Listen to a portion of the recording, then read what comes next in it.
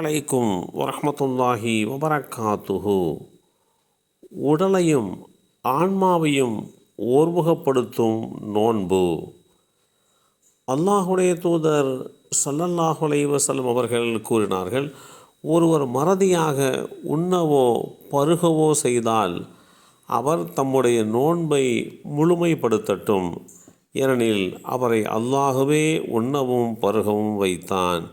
இந்த செய்தி அபூ ஹுரைரா ரலியல்லாஹு அன்ஹு அவர்கள் மூலமாக அறிவிக்கப்பட்டு ஸஹீஹுல் புகாரியிலே 1933 என்ற எண்ணிலே பதிவு செய்யப்பட்டிருக்கின்றது. நோன்பு என்கின்ற இந்த வார்த்தையை அரபியிலே அஸ்ஸௌம் என்று அழைப்பதுண்டு. உலகளவில் இஸ்லாமியர்கள் இதனை புனிதமான ரமலான் மாதத்தில் கடைபிடித்து வருவது உண்டு.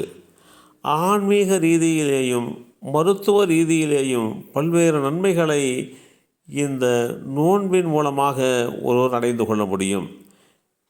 நோன்பு காலம் ஆரம்பித்துள்ள இந்த காலப்பகுதியில் நோன்பை பற்றி உண்டான சில விஷயங்களை நாம் அறிந்து கொள்வது பயனுள்ளதாக அமையும் என்கின்ற நோக்கத்திலே ஒவ்வொரு இஸ்லாமியர் மீது நோன்பு கடமையாக்கப்பட்டுள்ளது. ஆண்கள், பெண்கள், பருவ வயதை அடைந்தோர் நிச்சயமாக நோன்பை கடைபிடிக்க வேண்டும். இஸ்லாத்தில் ஐம்பெரும் கடமைகளில் ஒன்றான உண்ணா நோன்பை பற்றி வேதமறை குர்ஆன் தெளிவுபடுத்துகின்ற போது, விசுவாசிகளே, உங்களுக்கு முன் இறந்தவர்கள் மீது நோன்பு விதிக்கப்பட்டிருந்தது போல் உங்கள் மீதும் அது விதிக்கப்பட்டுள்ளது. அதன் மூலம் நீங்கள் தூய்மையுடையோர் ஆகலாம். அல் குர்ஆன் அத்தியாயம் 2 சூரத்துல் பக்ரா வசனம் 183 தெளிவுபடுத்தப்பட்டிருக்கிறது. ஒவ்வொரு ஆண்டும் 29 நாட்களோ அல்லது 30 நாட்களோ இஸ்லாமியர்கள் நோன்பு வைப்பது உண்டு. இத்தகைய ஒரு சூழ்நிலையிலே இந்த நோன்பினை கடைபிடிப்பது கட்டாயம் இருந்த போதிலும் ஒருவர் நோயாளியாக இருக்கிறார் அல்லது பயணம் செய்கின்ற பிரயாணியாக இருக்கிறார். இப்படி நோயாளியாக உள்ளவர், பயணிக்கக்கூடிய ஒரு பயணி, இப்படிப்பட்டவர்கள் எவ்வளவு காலம், எத்தனை நாட்கள் நோயிலேயும் பயணத்திலேயும் கழிந்து விட்டதோ அந்த நாட்களை எண்ணி அவர்கள் இந்த நோன்பை கடைபிடிக்க வேண்டும், பூரணப்படுத்த வேண்டும் என்று இஸ்லாம் வழிகாட்டி தருகிறது. கடுமையான நோய், முதுமை, இதன் மூலமாக நோன்பு நோற்பதை கடினமாக கருதுகின்றவர்கள் அதற்கு பரிகாரமாக ஒரு ஏழைக்கு உணவளிக்க வேண்டும் என்று இஸ்லாம் வழிகாட்டி தருகிறது.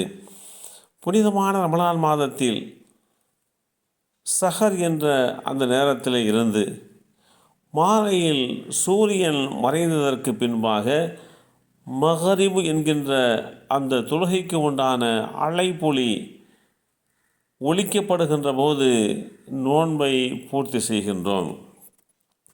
சில நிபந்தனைகளையும் இஸ்லாமிய மார்க்கம் இதில் ஏற்படுத்தியிருக்கிறது. புத்தி சுவாதீனமற்றவர், கர்ப்பிணி பெண்கள் மற்றும் குழந்தைகளுக்கு பாலூட்டுகின்ற தாய், இவர்களுக்கு நோன்பை தவிர்த்து வேறு நாட்களில் அவர்கள் இதை முழுமைப்படுத்த வேண்டும் என்று இஸ்லாமிய மார்க்கம் வழிகாட்டி தந்திருக்கிறது.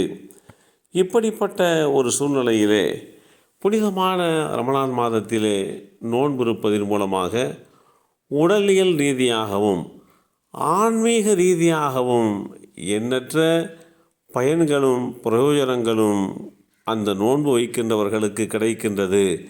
எல்லாம் வல்ல அல்லாஹு தஆலா நிரப்பமான முறையிலே நோன்பு நோக்கக்கூடிய வாய்ப்பை நமக்கும் நம் சந்ததிகளுக்கும் வழங்கி அருள் புரிவானாக. அஸ்ஸலாமு அலைக்கும் வரஹ்மத்துல்லாஹி வபரக்காத்துஹு.